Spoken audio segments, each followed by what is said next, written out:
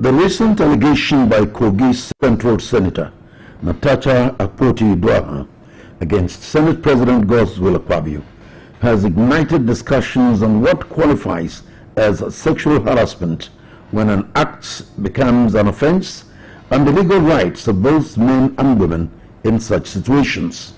In this report, Abiola Oladile seeks to break down the concept of sexual harassment.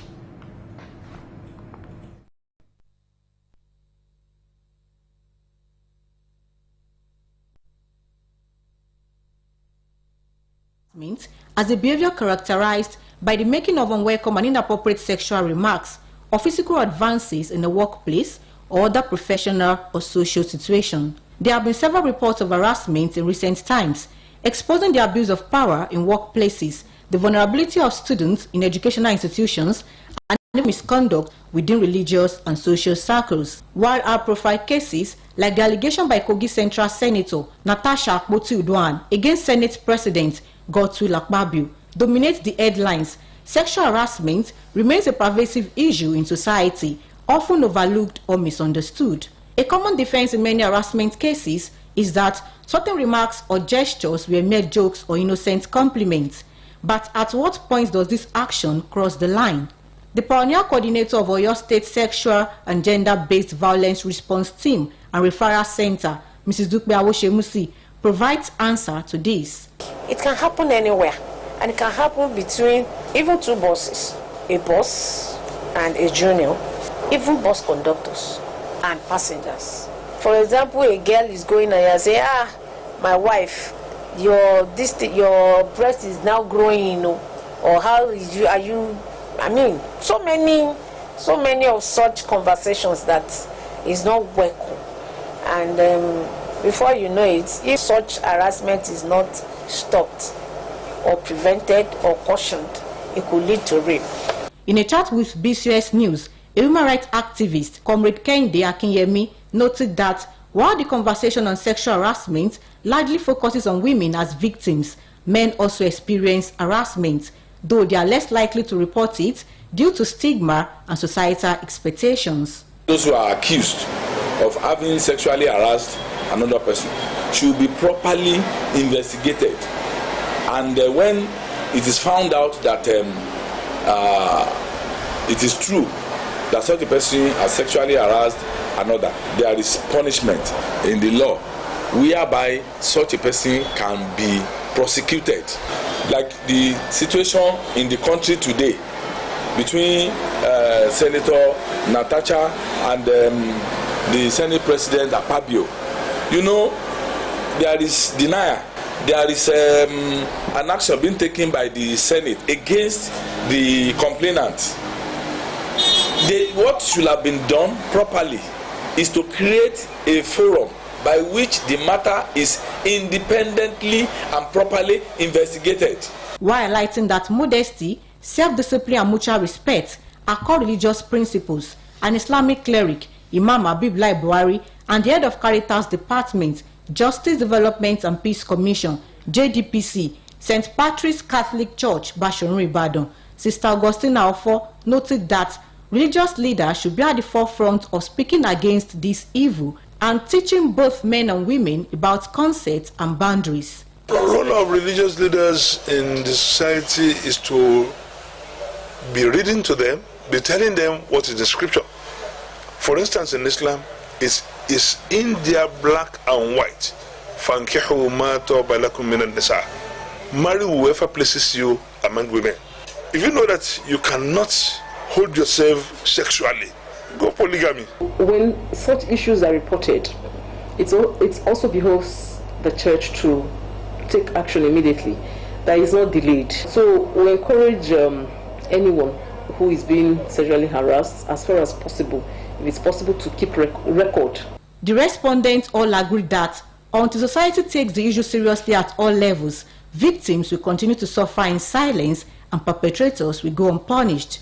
The Oyo State Violence Against Persons Prohibition Law 2020 says any person found guilty of sexually harassing another can face imprisonment for a term of not exceeding 3 years or a fine not exceeding 250,000 naira or both.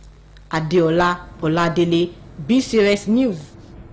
Meanwhile, some constituents of Kogi Central Senatorial District have submitted a petition to the Independent National Electoral Commission, INEC, for the recall of Natasha Akpoti-Uduaghan, the suspended lawmaker representing the district in the National Assembly.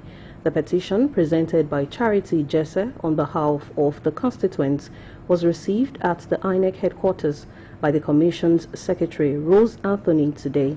They affirmed that Akpoti-Uduaghan emerged by virtue of an appeal court's decision in October 2023, but said the petition arose as a result of their loss of confidence in our representation.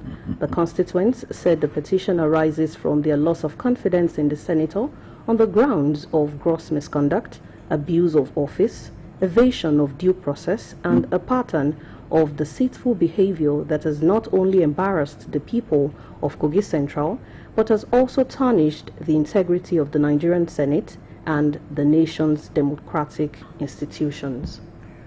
The Ekiti State University, Ado-Ekiti, has terminated the appointments of 13 staff members over sexual misconduct, abandonment of duty, and other offences. The Vice Chancellor of the University, Professor Joseph Ayodele, revealed this on Monday during a press conference heralding the activities of the institution's 29th convocation ceremony. Professor Ayodele stated that the university, under his leadership, has upheld a high standard of discipline among both staff and students, emphasizing that his administration strongly opposes all forms of misconduct. The VC noted that the disciplinary actions were necessary to maintain the university's standards and ensure strict adherence to its rules and regulations. The Oyo State Livestock Productivity and Resilience Support Project has commenced a 3-day sensitization workshop for 19 Project Implementation Unit PIU staff on gender-based violence and the prevention of sexual exploitation, abuse, and harassment. According to officials, the training aims to equip PIU staff with the necessary knowledge and skills to address gender-related issues responsibly in their role as field officers. Our reporter, Adeola Oladile, brings us the details from the Oyo State Livestock Productivity and Resilience Support Project Office at Total Garden, Ibadan. Livestock Productivity and Resilience Support Project, LPRES, is a 6-year initiative designed to improve livestock productivity, resilience, and commercialization in selected value chains, including the beef cattle sector. The project, funded by the Federal Ministry of Agriculture and World Bank, aims to create an enabling environment for livestock farmers and stakeholders by ensuring the delivery of high-quality and efficient services. Declaring the workshop open, the chairman of Oyo State LPRES, Dr. Adebowale Akondi, represented by the State Project Coordinator, Alhaji Kola Kazim, expressed appreciation to Governor Seyi Makinde for securing the inclusion of Oyo State among the beneficiaries of the project. He explained that the decision to conduct training on gender-based violence, the prevention of sexual exploitation, abuse, and harassment stems from its relevance to the project, noting that women, youth, and other vulnerable groups play a significant role in agricultural production. Therefore, addressing GBV is crucial to preventing challenges that could hinder the success of the project. Oyo State Press is working on the following value chain. We have the cattle, dairy in particular, value chain. We are working with sheep and goats, value chain. We are working with the pig value chain as well as poultry value chain. And in all of these production activities, you will see that women play key roles in all of this, and if they are to be engaged, we must understand how we are going to deal with them. The State LPRES Gender and Gender-Based Violence Officer, Mrs. Bolande Olorode, stated that the training aims to equip participants with the skills to identify, assess, and mitigate risks associated with GBV, sexual exploitation, abuse, and harassment, while also addressing their impact on individuals and communities, particularly within the context of El-Press projects. When it comes to gender-based violence, we want to assess how this project, which is a livestock project, how it is going to impact on the men and the women in the community where we are going to implement this project. So when we do a thorough risk assessment, when we get to the community, we'll be able to guard against occurrences of GBV, which the World Bank frowns at a lot.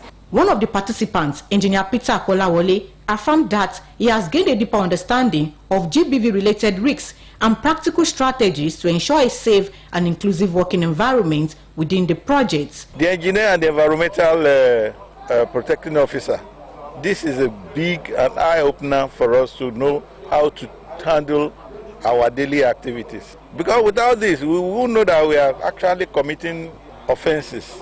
But with this now, we will be very careful in taking our steps. Arrested across the nation in February for rape and defilement of minors. The broadcast of Newscope comes to you from the Circular Road. The governor said the road project is progressing as scheduled as bridges and interchanges for the 32.2-kilometer southeast wing have been completed. He said this part of the project will be ready before the end of the year.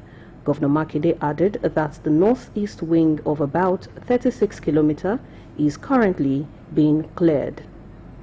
Meanwhile, the state governor, Engineer Makinde, has made new appointments to the boards of 3 tertiary institutions in the state. The governor also approved the appointments of 9 part-time members into the State Pilgrims Welfare Board, Christian Wing. The appointments were announced in a letter signed by the Chief of Staff to the Governor, Honorable Segun Ogunwuyi. According to the letter, Professor Ayodeji